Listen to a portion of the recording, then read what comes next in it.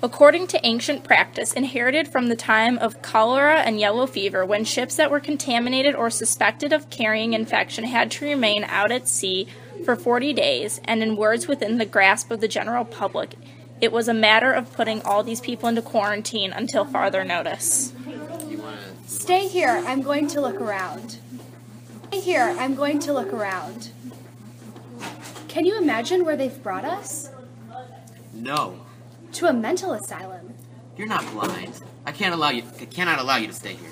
Yes, you're right, I'm not blind. Then I'm going to ask them to take you home. To tell them you told a lie in order to remain with me.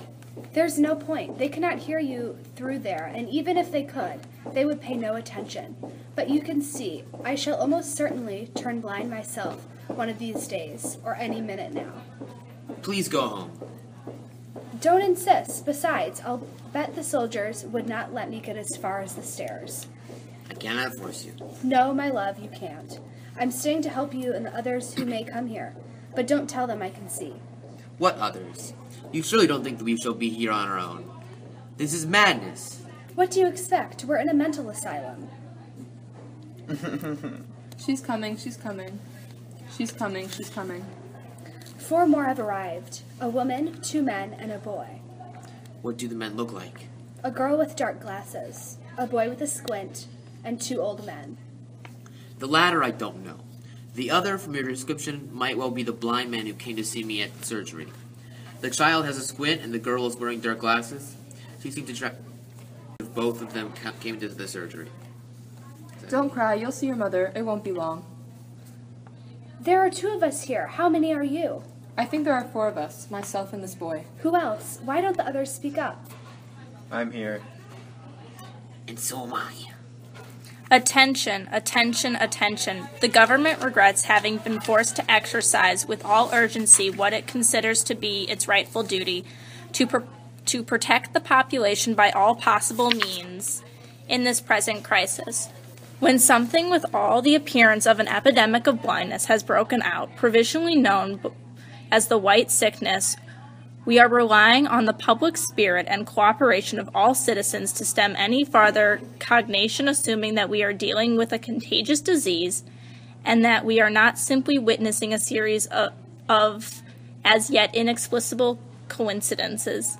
The decision to gather together in one place all those have had any kind of contact with them was not taken without careful consideration.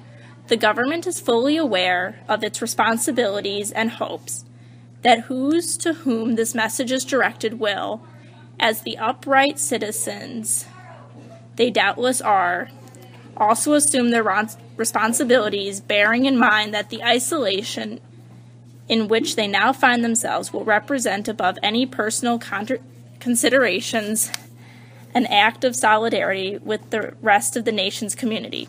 That said, we ask everyone to listen attentively to the following instructions. First, the lights will be kept on at all times. Any attempt to tamper with the switches will be useless. They don't work. Second, leaving the building without authorization will mean instant death. Third, in each ward there is a telephone that can be used only to requisition from outside fresh supplies for purposes of hygiene and cleanliness. Fourth, the internees will be responsible for washing their own clothes by hand. Fifth, it is recommended that ward representatives should be elected. This is a recommendation rather than an order. The internees must organize themselves as they see fit, provided they comply with the aforesaid rules and those we are about to announce. 6. 3 times daily containers with food will be deposited at the main door, on the right and on the left, destined respectively for the patients and those suspected of being contaminated. 7th, all the leftovers must be burned, and this includes not only any food, but also the containers, plates, and cutlery, which are all made of combustible material. 8th, the burning should be done in the inner courtyards of the building or in the exercise ward. 9th, the internees are responsible for any damage caused by these fires. 10th, In the event of a fire getting out of control, whether accidentally or on purpose, the firemen will not intervene. 11th, equally, the internees cannot count on any outside intervention should there be outbreaks of illness, nor in the event of any disorder or aggression. 12th, in the case of death, whatever the cause, the internees will bury the corpse in the yard without any formalities.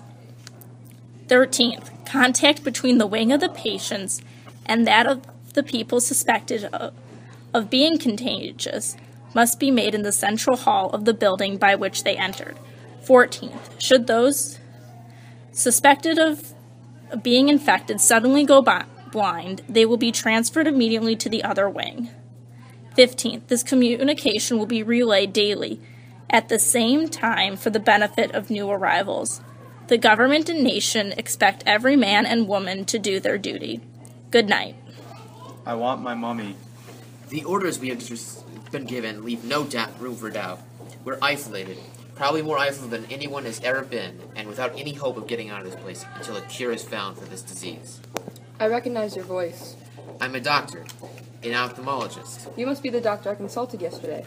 Yes, and who are you? I've been suffering from conjunctivitis and I assume it hasn't cleared up, but now, since I'm completely blind, it's no importance. And the boy that has come with you? He's not mine. I have no children. Yesterday I examined a boy with a squint. Was that you? Yes, that was me. Is there anyone else I know? Could the man who came at the surgery yesterday, accompanied by his wife, be here by any chance? The man who suddenly went blind when out driving his car? That's me. Is there anyone else? Please speak up. We are obliged to live here together for who knows how long. Therefore, it is essential that we should get to know each other. Yes, yes. The voice is that of someone who is relatively young. You're not the elderly patient with the cataract. No, doctor, that's not me. How did you go blind? I was walking along the street and suddenly went blind. Nothing else. I was walking along the street and suddenly went blind. To do wee-wee. Where do you have to go to piss in this place? Perhaps I can locate them. I can remember having smelled them. I'll come with you. Let's form a line. My wife will lead the way. Everyone put their hand on the shoulders of the person in front of you. Then there will be no danger of our getting lost. What's going on? I seem to have injured the person behind me. I'm injured, and this bitch doesn't look where she's putting her feet. And you don't look where you're putting your hands. Where is the wound? Here on my leg. Can't you see this bitch stuck the heel of her shoe in me? This bastard was touching me up. This wound should be washed and dressed at once. Let's go to the kitchen and get some water. Stay here. We'll be back soon. I want...